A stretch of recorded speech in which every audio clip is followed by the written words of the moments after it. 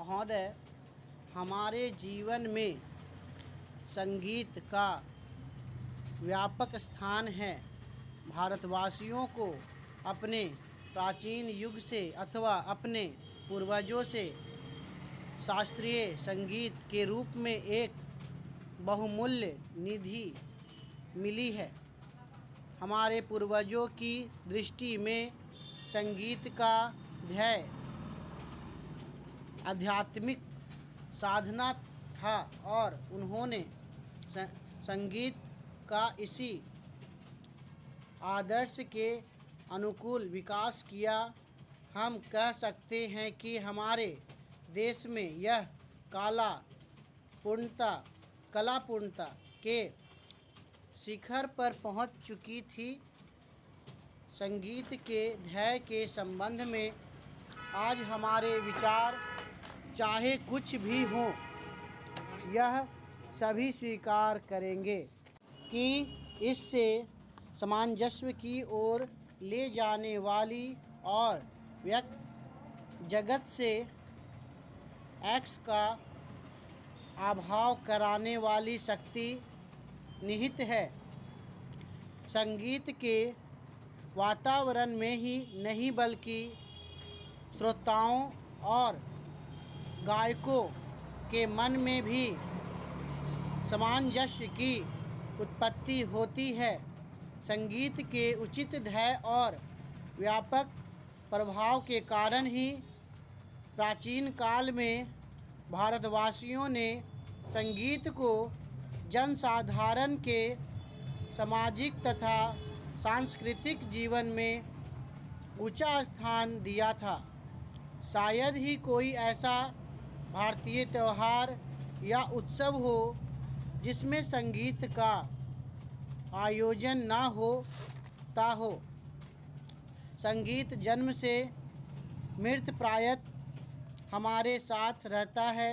हमारे सभी रीति रिवाजों में इसका कुछ न कुछ स्थान है। शताब्दियों से हम संगीत के प्रसंगक तथा उपासक रहे हैं और हमने इसकी गणना सदा मानव की उच्चतम साधनाओं में की है।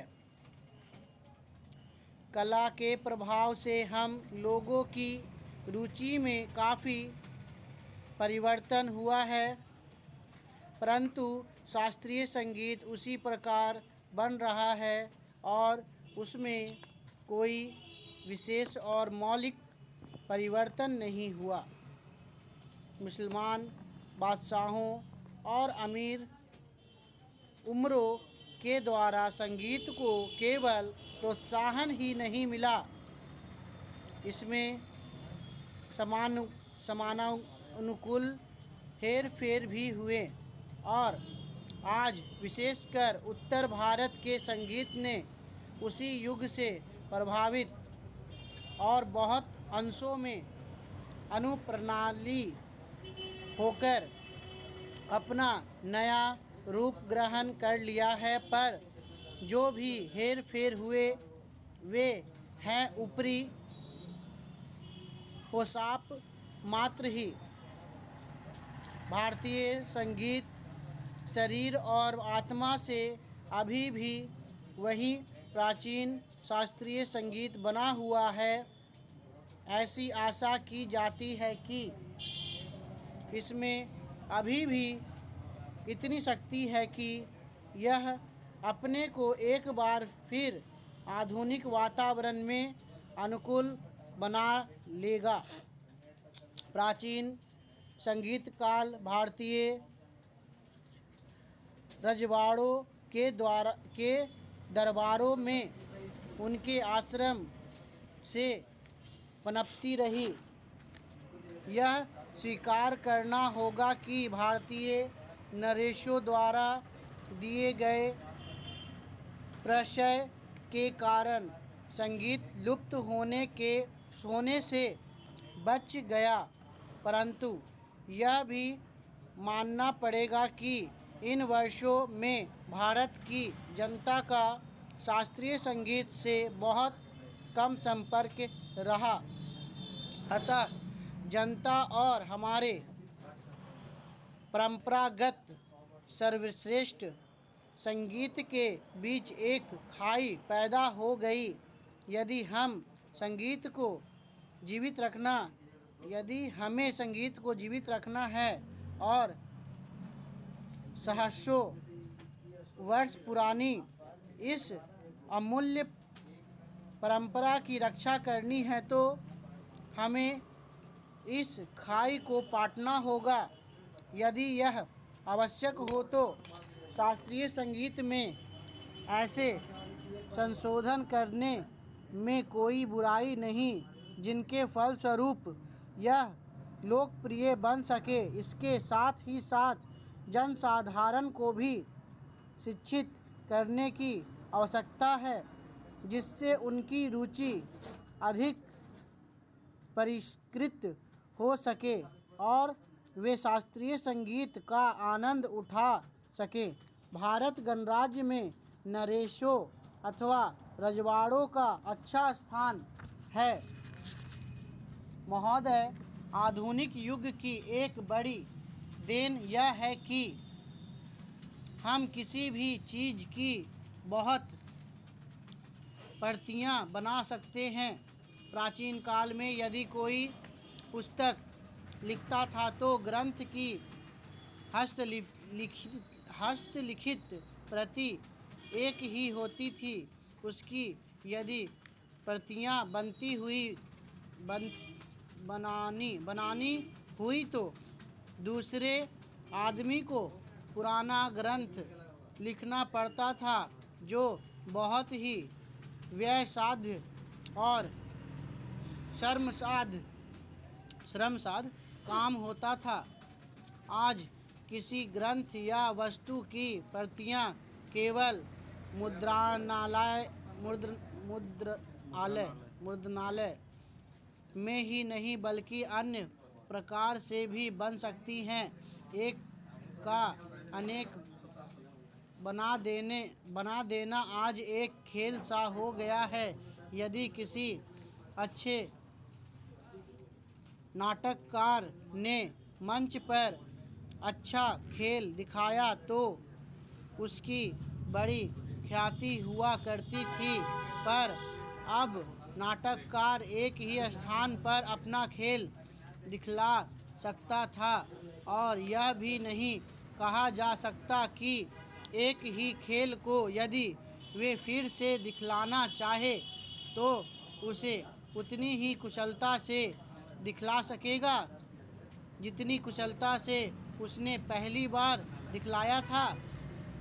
आज केवल यही नहीं कि नाटककार के चित्र की प्रतियां बहुत बन सकती हैं, बल्कि उनके चलचित्र की प्रतियां बनती हैं और साथ ही साथ उसकी वाणी भी सुनने में आ सकती है, और वह केवल एक स्थान पर ही नहीं बल्कि संसार के एक कोने से दूसरे कोने तक जहाँ चाहे सभी स्थानों पर और जितनी बार चाहें सुन सकते हैं और देख सकते हैं। इसका नाम साधारणतः फिल्म हो गया है। फिल्म में बड़ी शक्ति है। यदि अच्छे पात्र, अच्छे कथानक और अच्छा आदर्श दिखलाया जाए तो उसका प्रभाव बहुत ही अच्छा पड़ेगा। जैसे किसी भी अच्छे नाटक का, पर वहाँ भी यदि कथानक दूषित हो, पात्र चरित्रवान न हो और गतिविधि उनकी ऐसी हो जो समाज अथवा व्यक्ति को ऊपर उठाने के बदले नीचे ले जाने वाली हो, तो उसका प्रभाव उतना ही बुरा पड़ेगा। नाटक तो एक आदमी एक स्थान पर करके उसका भला या बुरा प्रभाव वहाँ बैठे हुए लोगों पर ही डाल सकता है। दूर दूर के लोगों तक उसका प्रभाव नहीं पहुँच सकता, पर फिल्मों में भला या बुरा करने की शक्ति कई गुनी अधिक हो जाती है। किसी फिल्म की जितनी प्रतियां बना ली जाती है, उतना ही उसका प्रभाव भी असीमित हो सकता है। इसलिए यह आवश्यक हो गया है कि जिस चीज़ में इतनी शक्ति हो, उसका उपयोग इस प्रकार से किया जाए कि उससे अच्छे से अच्छा फल मिले और उसमें किसी प्रकार की बुराई न आने पाए। आज सिनेमा और उसका उपयोग 3 कामों में होता है: शिक्षा, मन बहलाव और प्रचार। ये तीनों काम जीवन में महत्वपूर्ण हैं। सिनेमा का उपयोग शिक्षा के काम में जितना बढ़ेगा उतना ही हो सकता है, पर शर्त यह है कि कथानक शिक्षाप्रद हो और जो पद्धति अपनाई जाए वह ऐसी हो जिसके द्वारा शिक्षार्थियों को सच्ची शिक्षा मिल सके। जब मैं शिक्षा शब्द का उपयोग करता हूँ तो मेरा ध्यान केवल बच्चों की ही शिक्षा नहीं है,